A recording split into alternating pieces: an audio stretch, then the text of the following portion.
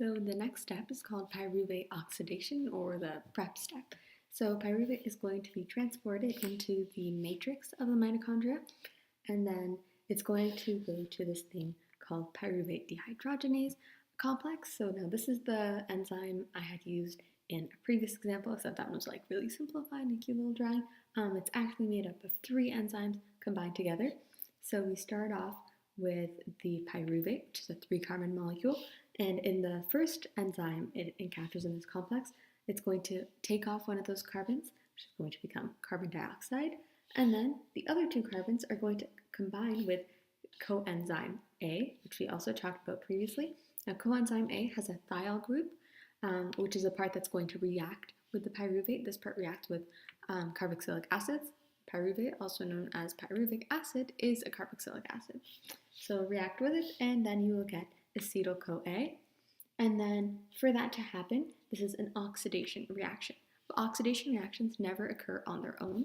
You need a reduction to happen at the same time. So NAD+ is going to be reduced to NADH, right? That's why we call them redox reactions. So we did pyruvate, we made acetyl-CoA, 3-carbon molecule, 2-carbon molecule. What happened to the other carbon? Became carbon dioxide. Now remember, one of our products is carbon dioxide, so this is where we're getting some of the carbon dioxide from. All of this is shown for 1 pyruvate, but remember, for each glucose you made 2 pyruvates, so multiply this whole thing by 2. So the next step is the TCA, or Krebs cycle. This is also happening in the mitochondrial matrix, where we have an acetyl-CoA. Remember, there's actually 2 acetyl-CoAs because there are 2 pyruvate for each 1 glucose. Now this is going to enter into the Krebs cycle and going to combine with oxaloacetate to form citrate, or citric acid, where we got the name, the citric acid cycle.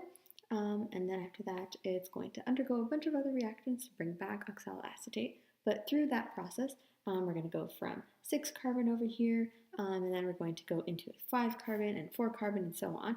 But through all of these reactions, we're going to reduce some NAD pluses into NADH. We're going to make some carbon dioxide, which remember is actually a product of cellular respiration.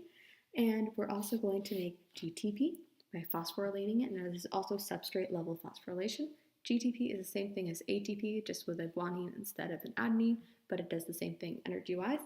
And then this over here, you have FADH2, which is also another one of our reduced or activated electron carriers.